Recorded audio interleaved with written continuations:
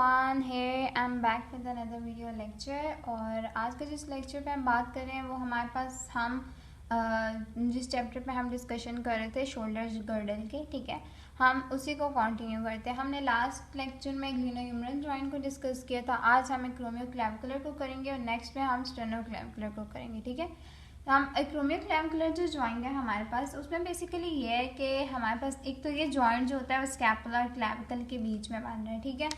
एक्रोमियम part scapula का है, ठीक है, और क्लैविकुलर पार्ट जो है वो हमारे पास क्लैविकल का है, ठीक है।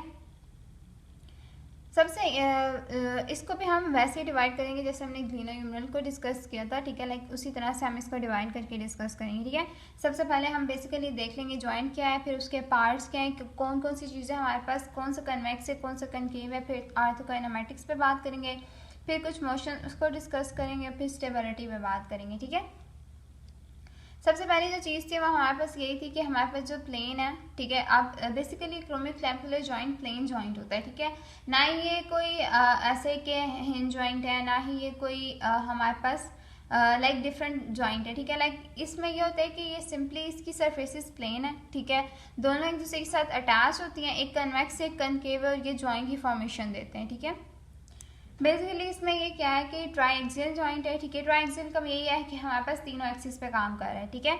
इस पे डिस्क कुछ एरियाज पे प्रेजेंट है, कुछ पे नहीं है। कभी कुछ लोगों में होती है, कुछ में नहीं होती है, depend on the individual to individual, क्योंकि ये वेरिएबल है। लाइक हमारे पास चेंज होती है, कुछ में डिस्क प्रेजेंट होती है, कुछ में डिस्क प्रेजेंट नहीं होती है, ठीक है।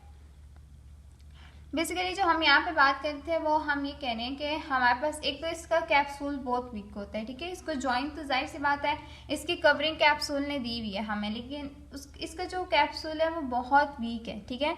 और इसको जो रीइंफोर्स लाइक इस पर जो हमारे पास फर्दर स्टेबिलिटी दे रहे होते हैं वो दो लिगामेंट्स होते हैं, ठीक है।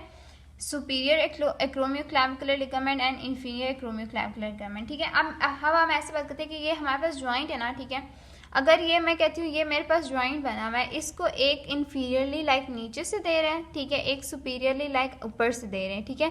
अब ये जो दोनों है ये इसको स्टेबिलिटी दे रहे होते हैं, ठीक है, ताकि हमारे पास या ये जॉइंट जो है वो डिसलोकेट ना हो जाए या अपनी जगह से हिल ना जाए, सबलक्सेट या डिसलोकेट ना हो जाए, ठीक है।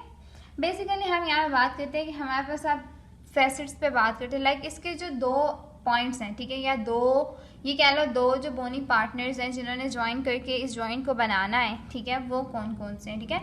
एक उन्होंने कहा एक फैसेट है। फैसेट सिंपली यही हमारे पास चीज़ होती है कि लाइक हम किसी भी ऐसी चीज़ को कहते हैं जो थोड़ी सी लाइक उभरी हुई होती है, ठीक है, जिसको हम अपनी लैंग्वेज में उभरा हुआ कहते हैं या हम उसको प्रोमिनेंस कहते हैं, ठीक है। इस तरह की कोई चीज़ जब होती है तो उसको हम कहते हैं फैसेट, ठीक है। फैसेट जो होता है वो लेटरल एंड होता है क्लैविकल का, ठीक है। एक फैसेट क्लैविकल के लेटरल एंड पे है, ठीक है, जो हमारे पास कन्वेक्स सरफेस दे रहा है। अब हमें पता है कन्वेक्स सरफेस जो होती है वो ये है, ठीक है, लाइक हमारे पास ये सरफेस है, ठीक है। अब जो हमारे पास कन्वेक्स सरफेस दे रहा है वो क्लैविकल दे रहा है, ठीक है, और जो हमारे पास कनकेव सरफेस दे रहा है वो कौन दे रहा है, वो हमारे पास जाहिर सी बात है स्कैपुला दे रहा होगा, ठीक है, क्योंकि हमारे पास क्या है कि क्लैविकल ऑलरेडी बहुत सरफेस दे रहा है, ठीक है, हमारे पास कन्वेक्स, तो कनकेव सरफेस हमारे पास कौन दे रहा है, स्कैपुला दे रहा है, ठीक है।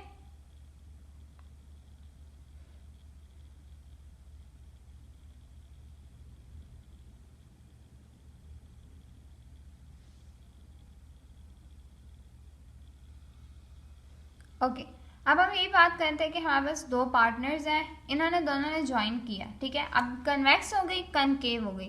क्लैविकल ने कन्वेक्स सरफेस थी, यहाँ पे हमारे पास ज्वाइंट बनता है, ठीक है। लाइक हम ये कहते हैं कि हमारे पास क्लैविकल थी, ठीक है, उसने क्रोमियम प्रोसेस के साथ बनाया ज्वाइंट, ठीक है। अब ये जो ज्वाइंट होता है ना, ठीक है, वो हमारे पास क्या कर रहा है कि हमारे पास एक स्ट्रक्चर बना रहा है जिसको यह एक ज्वाइंट बना रहा है जिसको हमने एक्रोमियोक्लेविकुलर ज्वाइंट दिया। अब इस ज्वाइंट का हमारे पास फंक्शन क्या है, लाइक हमारे पास आर्थोकाइनेमेटिक्स क्या है, ठीक है। फॉर एग्जाम्पल हम बात करते हैं कि हम कहते हैं कि स्कैपुला ने जैसे मूवमेंट की, स्कैपुला हमारे पास मूवमेंट कर रहा है ना, ठीक है, लाइक हम कहते हैं कि थोरेसिक कैविटी पे भी मूवमेंट हो रही होती है इसकी, ठीक है। कुछ हमारे पास डिफरेंट कुछ अदर जॉइंट्स को जो होती है वो हमारे पास स्टेबिलिटी के लिए भी मूवमेंट दे रहा होता है, ठीक है। लाइक कुछ जॉइंट्स पे हमारे पास हेल्प करने के लिए या सिस्टर के तौर पे भी मूवमेंट दे रहा होता है, ठीक है। तो हमारे पास ये है कि जब हमारे पास स्कैपुला पे मोशन हुआ है तो एक्रोमियम भी सरफेस स्लाइड कर जाता है सेम डायरेक्शन में। अगर तो मैं कहती हूँ स्कैपुला ने लेटरली मूव किया है, ठीक है, तो हमारे पे जो क्रोमियम प्रोसेस है वो भी लेटरली मूव कर जाएगा, ठीक है। अगर तो मेरे पास, ठीक है, अगर तो मेरे पास ये मीडियली मूव गया, ठीक है, स्कैपुला, तो हम मेरे पास जो डायरेक्शन होगी क्रोमियम प्रोसेस की वो भी मीडियली मूव करेगी। जाहिर सी बात है ये पार्ट स्कैपुला का है, तो स्कैपुला मूव करेगी तो स्कैपुला के साथ क्रोमियम प्रोसेस भी मूव कर जाएगा, ठीक है। ये हमारे पास दो चीज़ें होंगी, ठीक है, जो हमने डिस्कस की। फैसेट्स जो डिस्कस किए हमने फिर आर्थोकाइनेमेटिक्स में बेसिकली ये किया कि हमारे पास सेम डायरेक्शन में स्लाइड अवे होते हैं। क्यों? क्योंकि सरफेस कनकेव है ना, ठीक है। हमारे पास जब सरफेस ही कनकेव है तो हमारे पास ऑपोजिट डायरेक्शन में तो नहीं जा सकती, ठीक है। हमारे पास सेम डायरेक्शन में इसकी ग्लाइडिंग स्लाइडिंग है, ठीक है। तो बेसिकली हमारे पास ये उसी तरफ मूव करता है, ठीक है। अब हमारे पास जो नेक्स्ट बात है वो हमारे पास इस जॉइंट पे मोशंस कौन कौन से आ जाते हैं, ठीक है। हम कहते हैं कि हमारे पास अपवर्ड रोटेशन है, डाउनवर्ड रोटेशन है, विंगिंग होती है वर्टिब्रा की, ठीक है, और टिपिंग होती है इंफीरियर एंगल की, ठीक है। ये हम डिस्कस करते हैं, ठीक है। वैसे तो ये मोशन हम आगे डिस्कस करेंगे जब हम स्कैपुलोथोरैसिक आर्टिकुलेशन को डिस्कस करेंगे, लेकिन हम ब्रीफली यहाँ पे बात कर लेते हैं कि हमारे पास क्या है। अपवर्ड रोटेशन क्या होगी? ऊपर की तरफ रोटेट कर जाएगी, ठीक है, लाइक हमारे पास अपवर्ड डायरेक्शन में होगी लेकिन रोटेशन की फॉर्म में होगी, ठीक है। जब हमारे पास डाउनवर्ड होगा जॉइंट, ठीक है, तो जॉइंट की जो मोशन होगा वो नीचे की तरफ मूव कर जाएगा लेकिन रोटेशन की फॉर्म में मूव करेगा, ठीक है। लाइक ऐसा हो सकता है ना कि हमारे पास रोटेट भी करेगा और अपवर्ड मूव करना शुरू कर देगा। ये अगर हम दो चीज़ें ले लेते हैं, ठीक है, और हम कहते हैं कि मेरे पास कोई चीज़ ऐसी है जो जॉइंट बना हुआ है, ठीक है, अब ये अपवर्ड तो मूव कर रहा है लेकिन ये रोटेशन में मूव कर रहा है, ठीक है। इसी तरह जो डाउनवर्ड होगी वो अभी हमारे पास यूं ही रोटेशन में मूव करेगी, ठीक है। अब ये हमारे पास होगी दो मोशंस, अपवर्ड और डाउनवर्ड। नेक्स्ट जो है वो हमारे पास विंगिंग है वर्टिब्रल बॉर्डर की, ठीक है। अब विंगिंग का मतलब ये नॉर्मल विंगिंग की बात नहीं हो रही, ठीक है। यहाँ पे जो हम विंगिंग हम पढ़ते थे ना स्कैपुला में विंग्ड स्कैपुला होती है, या उसकी बात नहीं हो रही। यहाँ पे एक नॉर्मल लाइक हम कहते हैं कि कुछ ना कुछ विंगिंग हमारे पास नॉर्मली भी हो रही थी। लाइक अगर मैं कहती हूँ कि मैं एक हॉरिजेंटल एडक्शन की मूवमेंट कर रही हूँ, ठीक है। हॉरिजेंटल एडक्शन की मूवमेंट अगर नहीं पता मैं बता देती हूँ, ठीक है। ऐसी मूवमेंट होती है ना जिसमें मैं कहती हूँ कि अगर मैं जैसे एक शॉल ले रही हूँ, ठीक है, मैं एक शॉल जिस तरह ले रही होती हूँ ना, ये जो मेरी इस हैंड की मूवमेंट है ह्यूमरस की, ठीक है, ये मेरे पास क्या कहलाती है? एक शॉल की जो मूवमेंट होती है, ठीक है। लाइक मैं कहती हूँ कि मैं शॉल को कंधे पे डाल रही हूँ, ठीक है। वो जो शॉल को मैं कंधे पे डालती हूँ ना, वो जो मेरी मूवमेंट है वो मेरी कहलाती होती है हॉरिजेंटल एडक्शन, ठीक है। अब ये जो हॉरिजेंटल एडक्शन की मूवमेंट है ना, ठीक है, ये मेरे पास एक जो वर्टिब्रल बॉर्डर है, ठीक है, वर्टिब्रल बॉर्डर स्कैपुला का वर्टिब्रल बॉर्डर की बात हो रही है। ये वर्टिब्रल बॉर्डर ये मीडियल बॉर्डर को कहते हैं हम स्कैपुला के, जो हमारे पास वर्टिब्रा के करीब होता है, ठीक है। तो उसकी ना एक स्लाइड सी विंगिंग नजर आएगी, लाइक आपको वो थोड़ा सा उभरा हुआ बाई की तरफ नजर आएगा, ठीक है। एक लाइक आपको थोड़ी सी ना उसकी प्रोमिनेंस ज्यादा प्रोमिनेंट नजर आएगी, ठीक है। ये नॉर्मल विंगिंग होती है। क्या नॉर्मल विंगिंग होती है जिसमें आप सिंपली बंदे के प्रोमिनेंस नजर आ रही होती है कि ये सारा स्कैपुला से ना वो विंग्ड कर चुका है या बाई की तरफ आ चुका है, ठीक है। लेकिन हम उसको डिस्कस नहीं कर रहे हैं यहाँ पे, ठीक है। फिर हमारे पास आ जाती है टिपिंग ऑफ इंफीरियर एंगल, ठीक है। तो हम ये देखते हैं टिपिंग में कि हमारा मतलब हमारे पास स्कैपुला जो है वो उस पर एक फॉरवर्ड टिपिंग से आती है, ठीक है। मतलब एक मूवमेंट के साथ ना,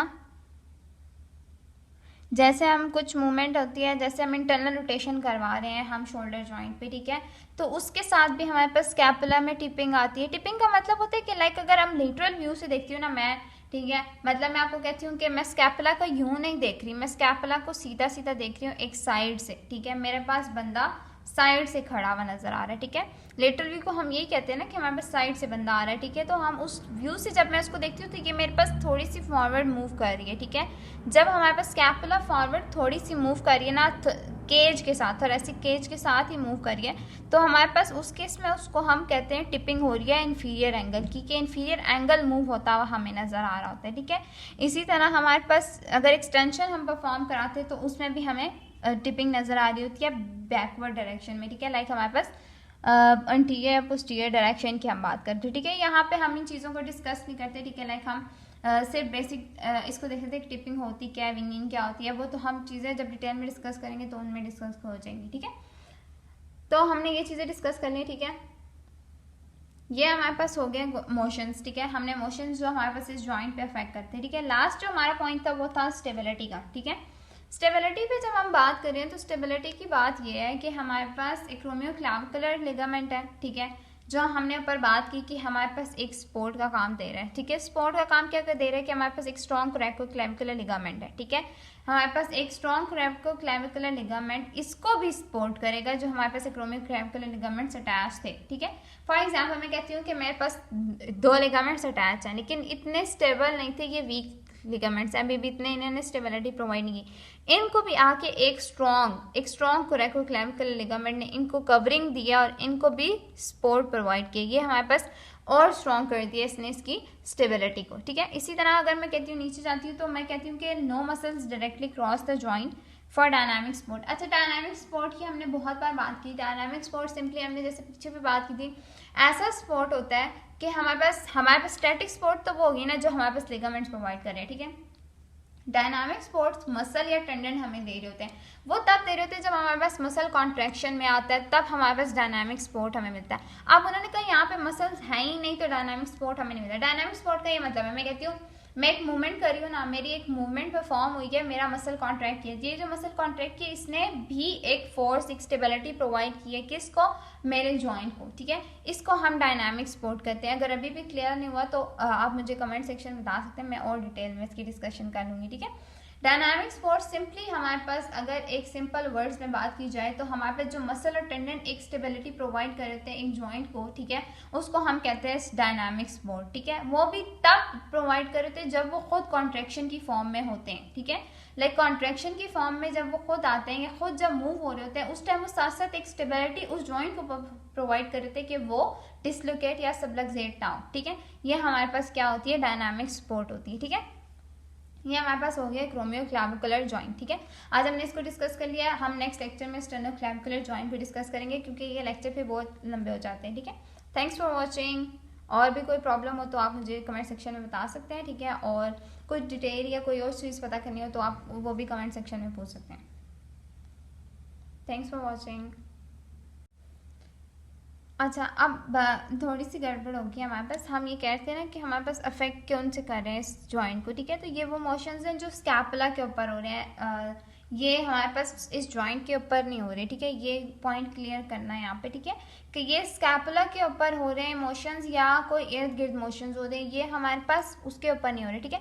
जन लाइक अगर मैं कहती हूँ कि मेरे पास क्या है कि स्कैपुला जब हमारे पास डाउन अपवर्ड रोटेट करेगा, अपवर्ड रोटेशन क्या होगी स्कैपुला की, ठीक है। लाइक मेरे पास जैसे मैं क्या कहती हूँ कि मेरे पास अगर मैं सिंपल सी एक एग्जांपल देती हूँ, ठीक है, कि मैं स्कैपुला की वजह से अगर मैं स्कैपुला को, ठीक है, ये मेरे पास स्कैपुला ना, ठीक है, अगर मैं एक रफ सी स्कैपुला बना देती हूँ, ठीक है, सही है। यहाँ पे हमारे पास स्पाइनस प्रोसेस आ गया, ठीक है। यहाँ पे हमारे पास क्लेविकल अटैच है। वैसे तो ये बनी हुई है लेकिन हम चलो रफ सी एक और बना के देख लेते हैं, ठीक है। अब जो मेरी मूवमेंट है ना, ठीक है, अगर मैं इसको यहाँ पे मूव कर देती हूँ, ठीक है, मैं इसको इस साइड पे मूव कर देती हूँ, ठीक है, इस साइड पे स्कैपुला का बॉर्डर मूव कर रहा है, ठीक है, लेकिन ये वाली जो एरिया है ये अपवर्ड मूव करेगी, ठीक है। इसको हम कहते हैं कि ये हमारे पास हो रही है अपवर्ड रोटेशन, ठीक है। और जो डाउनवर्ड रोटेशन है वो ऑपोजिट चली जाएगी, ठीक है। लाइक इस तरफ जब मूवमेंट हो जाएगी और ये डाउन कर जाएगा मूव, ठीक है, तो मेरे पास मूवमेंट डाउनवर्ड रोटेशन में आ जाएगी, ठीक है। ये सारी जो जॉइंट्स की ये जो सारी चीज़ें हैं ना, ठीक है, ये अफेक्ट करिए इस जॉइंट की मूवमेंट, ठीक है। मैं एग्जांपल देती हूँ, मेरे पास ये क्लेविकल और एक्रोमियम प्रोसेस का जॉइंट बना हुआ है। अगर मैं इसको अपवर्ड मूव करूँगी तो क्या होगा, ठीक है, एक कंप्रेशन का एरिया आएगा जो इसको अफेक्ट करेगा, ठीक है। मैं इसको डाउनवर्ड मूव करूँगी स्कैपुला को तो ये एक रिलैक्सेशन या हमारे पास टेंशन का एरिया आ जाएगा, ठीक है। लाइक उस जॉइंट पे टेंशन प्रोड्यूस होगी, ठीक है। ये हमारे पास 2 जॉइंट हुए। तीसरे विंगिंग स्कैपुला की, जाहिर सी बात है जैसे विंग करेगा स्कैपुला बॉर्डर मूव करेगा तो हमारे पास उस केस में भी, क्योंकि ये हमारे पास हॉरिजेंटली मूव कर रही थी, ठीक है, तो हमारे पास जब क्लेविकल हॉरिजेंटली मूव कर रही है, सॉरी, जब हमारे पास ह्यूमरस हॉरिजेंटली मूव कर रही है तो ये क्लेविकल को क्या करती है कि अपनी तरफ खींचती है, ठीक है, क्योंकि ये जॉइंट बना हुआ है ना, ठीक है। तो जब जॉइंट बना हुआ है वो क्लेविकल को, सॉरी, स्कैपुला को अपनी तरफ खींचेगी जिसकी वजह से हमारे पास स्कैपुला का बॉर्डर विंग्ड हो जाता है, ठीक है। इस तरह टिपिंग की भी हम यही बात करते हैं कि एक हमारे पास जो इन्फीरियर एंगल है ना उसको हम देख रहे होते हैं, ठीक है। जब हम इन्फीरियर एंगल की बात करें ना, ठीक है, हम जब इन्फीरियर एंगल को देखेंगे